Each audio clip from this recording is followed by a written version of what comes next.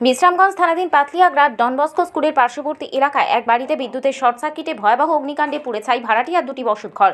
ঘটনা সোমবার সকালে। খবর পেয়ে বিশ্রামগঞ্জ অগ্নি নির্বাপক দপ্তরের কর্মীরা ছুটে আসেন। বাড়িতে ঢোকার রাস্তা শুরু হয়। অনেকক্ষণ চেষ্টার পর লম্বা পাইপের সংযোগ ঘটিয়ে আগুন নিয়ন্ত্রণে আনেন। এই সময়ের মধ্যে বাড়ির দুইটি ঘর একেবারে পুড়ে ছাই।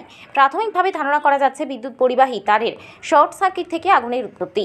সংবাদে আরও জানা যায়, বাড়ির মালিক বাড়িতে থাকেন না, দুই ভাড়াটিয়াই আছেন বাড়িতে। তাদের উপস্থিতিতে অগ্নিসংযোগ ঘটে। প্রাথমিকভাবে ধারণা করা যাচ্ছে প্রায় 25 লক্ষ টাকা ক্ষয়ক্ষতি হয়েছে অগ্নিসংযোগের কারণে।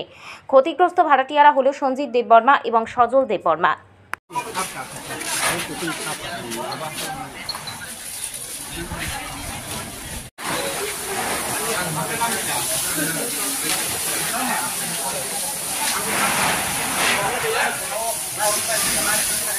ডনবস্কো স্কুলের ওটা সাইডে একটা বাড়িতে আগুন লাগে আর কি। তো আমরা খবর পেয়েছি বিশ্রামগঞ্জ ফায়ার সার্ভিস থেকে সকালে গাইলাম আইডিটা এখন আমরা আগুন নিয়ন্ত্রণ আছে। কয়টা ঘর পুরো আছে? ঘর তো প্রায় 1-2টা পুরো গেছে, এখন মোটামুটি সব কন্ট্রোল আছে। গাড়ি কি ডাইরেক্ট ঢুকছে না, গাড়ি জায়গা গেছে না, গাড়ির রাস্তা চিকন। তো আমরা অনেকটি রুলি ডেলিভারি 5 লাগানোর পরে এরপরে এই জায়গা চলতে হয়েছে। তাহলে আমরা কোন ফায়ার সার্ভিস? আমরা বিশ্রামগঞ্জ ফায়ার সার্ভিস থেকে এসেছি। আমরা পরিচয়, আমার নাম রাকেশ চৌধুরী।